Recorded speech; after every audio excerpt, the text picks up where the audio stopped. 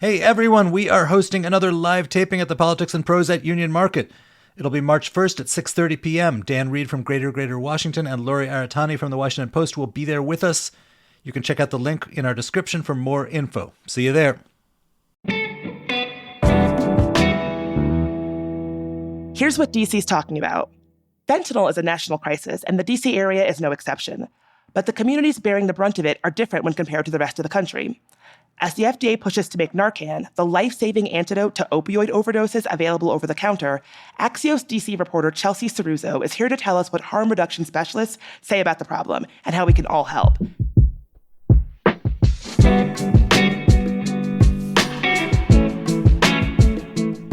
Today is Tuesday, February 21st. I'm Bridget Todd, and this is CityCast DC.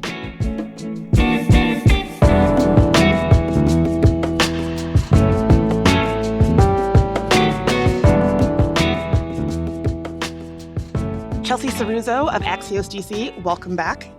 Thanks again for having me.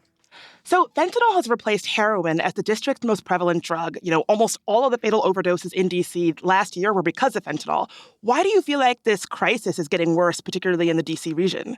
So to kind of set the scene, nationwide, fentanyl has really flooded the illegal drug market. Reasons why range from the fact that it's pretty cheap to produce. It's, I suppose, easier to make and to get. So we're seeing fentanyl ends up being laced in different sorts of drugs. So people are not only becoming addicted to fentanyl, but they're also inadvertently overdosing on it. It is a strong synthetic drug. So it is a nationwide issue that we're seeing fentanyl more. DC is no exception. So it really comes back to that big picture that fentanyl has flooded the market and it has come into DC as well. So it's something that I always wonder about this. Are people mostly buying other drugs and they don't know that fentanyl could be in it or it could be laced with something? Or are people seeking out fentanyl specifically, or is it a mixture of both? It's a mixture of both. It depends. When I was speaking with Shane Sullivan, their harm reduction expert at HIPS DC, they told me for the younger population, it's more likely that they're seeking out things like Oxy, and then it's laced with fentanyl. For older users who may have been using for a long time, they're more likely to know that fentanyl is in the drug supply and may be addicted to fentanyl as well. Who in the city is most affected? DC actually kind of bucks the national trend, or what we've been thinking about when we talk about the opioid crisis over the past several years. Unlike in other parts of the country, older people are being impacted the most by fentanyl in DC, and particularly older Black men. Well, like you said, almost every overdose last year involved fentanyl. Black DC residents account for a majority of those opioid deaths since 2017. That's around 84%. But as for the older population, twice as many people between the ages of 50 and 69 have died of an opioid overdose since 2017 compared to people ages 30 to 49. And in fact, people, I believe, over the age of 70 have seen sort of the quickest increases in overdoses. Why do you think that is? Why is that the population that is most impacted by this? It's hard to say. Part of it is that in DC, there's been other reporting on this, is that people may have been using for a very long time, and now fentanyl is in the drug supply. And like I said, it is a really potent drug. It's more deadly. It is something that could cause a really, really harmful impact on people. So people who may have been using for a long time, they know what dose works for them. They're aware of the risks. Now you add fentanyl into the picture and they are dying from it. How has the city been responding?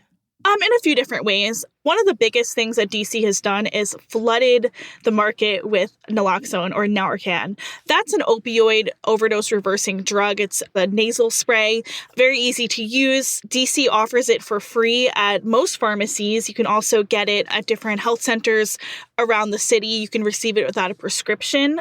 I believe fire stations, the Department for Behavioral Health, they hold workshops on how to use naloxone or on how to recognize the signs. One good thing about naloxone is that it really doesn't have harmful effects. If somebody is not overdosing and you use it on them thinking they are, it's not going to hurt them. They will, of course, have to go to the hospital, but it's a really good solution. However, on the other side of things, harm reduction experts in DC think that DC could be doing more. So there is this stream of naloxone. There is this effort to reverse overdoses. But harm reduction experts say DC could be doing more to provide safe spaces for people to use, like they have in New York, for example. So people can go bring their own supply. They're not being provided with drugs and use and a professional is on hand to recognize the signs of an overdose. This conversation, I do think it's important to have it be really steeped in harm reduction. I know that one other thing I've seen in other cities is like kits where folks can test their drugs to see if it actually has fentanyl. Is that something that the city is thinking about doing? Yes, thanks for mentioning that. DC also has that as well. Fentanyl testing strips are available. That has been more of a recent expansion in DC's harm reduction. Again, easy to access, easy to use.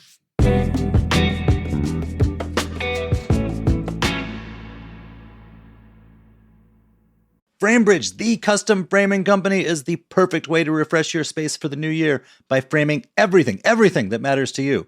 That's because they can FrameBridge just about anything. Game day jerseys, selfies, your anniversary dinner menu, artwork, your favorite movie poster, a love letter from the people at CityCast DC, anything. Here's how it works. You go to framebridge.com and upload a digital photo. If you have a physical piece to frame, like a poster, they will send you complimentary packaging to safely mail it into their owned and operated studio where the framing will begin. You preview the piece online in dozens of frame styles. You choose your favorites. The experts at FrameBridge will custom frame your piece and deliver your finished piece directly to your door ready to hang. And instead of paying hundreds, their prices start at $39. You can order online at framebridge.com or you can shop at a FrameBridge store near you, which if you live in DC means a whole bunch of stores. Get started today. Frame your photos or give someone the perfect gift. Go to framebridge.com and place your order now. I know that fentanyl is one of those drugs that there is so much misinformation. And I've read stories that say if you touch somebody who is overdosing on fentanyl, then you can have an overdose yourself. Do you believe that there's a public education component that needs to be done to really combat this crisis and make sure folks have accurate information about this drug? I mean, that's absolutely something that harm reduction experts bring up to me when we speak. I mean, they bring up those exact examples, those stories. You can't overdose from touching somebody who's experiencing an overdose. Fentanyl is not something that, gets in the air and can impact you in the same way. But like you said, those stories are everywhere. So people may be less likely to want to use naloxone on someone, but it is safe to use. It is safe for you to use. And I think that's definitely a piece that I would hope to see more of. So you also wrote a piece about how young people, students, kids under 18, we're seeing an uptick in overdoses in their communities as well. Your article focused specifically on Montgomery County, but this is a problem that we're seeing all over the DMV. What's going on with people so young experiencing overdoses with this? Yeah, so I wrote a piece about Montgomery County specifically, but within the next week that I had written that piece, a student at an Arlington school died of a suspected overdose. Montgomery County had 2 overdoses and one that included a death of a teenager in the past couple of weeks.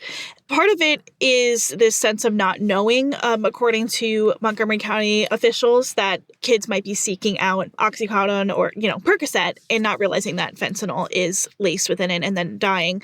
They're doing the similar thing in Montgomery County to what DC is doing, increasing education, getting naloxone into schools. They're kind of thinking about expanding the number of people that can access it. One example that they were talking about is when you're in a school, the AED machines, if somebody goes into cardiac arrest, they're everywhere. So why not have naloxone in those same exact spots to help somebody who's experiencing an overdose?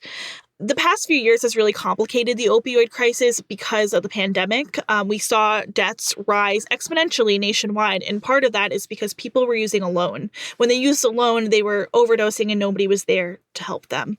Getting back into this harm reduction space, I think a lot of experts are thinking about how do we make sure that doesn't happen again, that people aren't using in a space where there's no one to help them if something goes wrong. Well, it really harkens back to those safe spaces that you were talking about, the importance of having other people around or people who are trained and can recognize the signs if something is going wrong to get folks help quickly. Mm-hmm. Yeah, and part of that isn't just, here's a space where you can use, that's totally fine. Part of it is, creating a space where somebody can come up to somebody who's a user and say, do you want to focus on substance use prevention? Do you want to go into a treatment program? A lot of people go into treatment programs, leave, and then use again, and it's hard to get back into it. So DC also has launched an effort called This Time Will Be Different, to encourage people who maybe have tried before to try again to quit. And with these sort of safe spaces that harm harm reduction experts are talking about, they say that those could be those places where that intervention occurs, right? Like somebody is there to say, hey, we have all these options for treatment. Like, what do you want to talk about? Are you interested? That sounds really important. Yeah. So going back for a moment to the point that young people are experiencing an uptick in overdoses, given that Children's National Hospital is here in the D.C. area and they're the leading clinic for minors in the area, do you know that if they're doing anything around combating the opioid crisis specifically for younger folks? Yeah, they have an addiction clinic, and that clinic doesn't just focus on substance use disorders, it focuses on other addictions.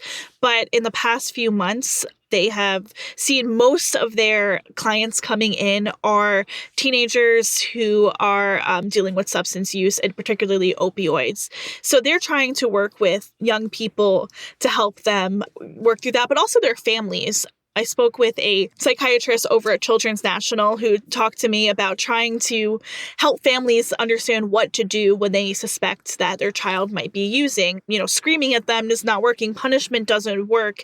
It's really meeting them where they are and being understanding. It's unfortunately quite easy to become addicted to drugs like these. A lot of health experts say, you might start by taking an opioid for a surgery, and then it's hard to stop. That doesn't happen to everyone. So, of course, consult doctors and talk about your own situation. But trying to tell parents that, like, their child isn't a bad person. We can work through this, and coming at it from a place of love and care. So you've mentioned that D.C. has been working hard to make sure that Narcan is available to everybody. And, I live in Columbia Heights. I've definitely seen people who are experiencing some kind of impact from substances. I carry Narcan on my person when I go out, but I've never had to use it.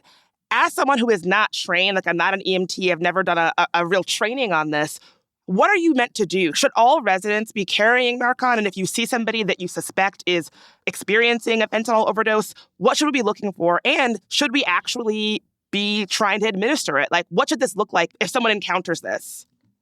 Yeah, I would say I'm not the best person to answer that question because I'm not a trained expert myself, but there are opportunities to train in Narcan and using naloxone. Like I said, the fire department, I believe, has these trainings. DC Health and the Department for Behavioral Health, they do have these routine trainings. Montgomery County, when they held a forum last weekend or a couple weekends ago for parents to talk about fentanyl, they also held a training. Those are really good opportunities. Of course, drug supply changes and stuff. So it's always good to just sort of keep up on what's out there and attend those trainings to figure out what to look for. That's really good advice.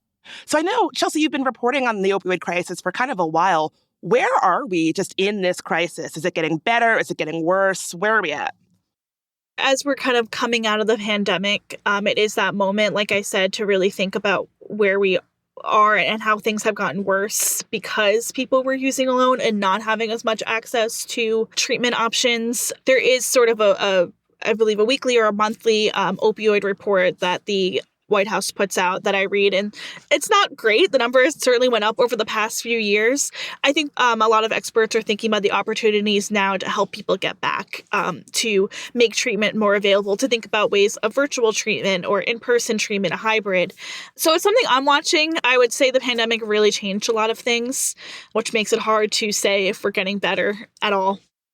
Well, thanks so much for your reporting on this. It's super helpful. Yeah, of course. Thank you again for chatting about this. It's important.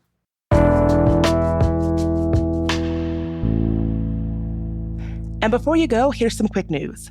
Maryland Governor Wes Moore has halted changes to the state's vehicle emissions inspection program. The changes, which were made under the Hogan administration, sought to limit the number of vehicles that required an emissions test. So it's back to status quo. And if you're a Maryland resident, you'll need a $14 state emissions inspection every 2 years for cars over 3 years old. Meanwhile, it's taking twice as long to sell houses in D.C. as it did a year ago. As homes linger on the market, there will be an inventory buildup, meaning buyers will have more choices, as well as better leverage on price and seller concessions. This inventory buildup has already started. The number of active listings in D.C. in January was 42% higher this time last year. Finally, Virginia lawmakers are stepping up protections on college campuses after the fatal shootings at the University of Virginia. The bills would require public universities to act after determining someone may pose a threat. This includes getting a criminal history and notifying law enforcement agencies within 24 hours. The legislation is headed to the governor for final approval.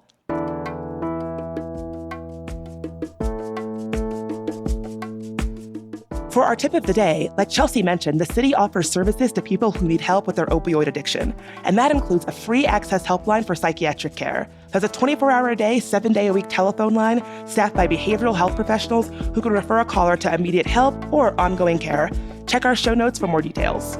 That's all for today here on CityCast DC. Got anything we should cover on the show? Email us at dc@citycast.fm. We'll be back tomorrow morning with even more news from around the city.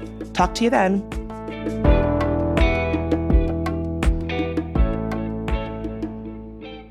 Workshops on how to use fentanyl, and how to use Narcan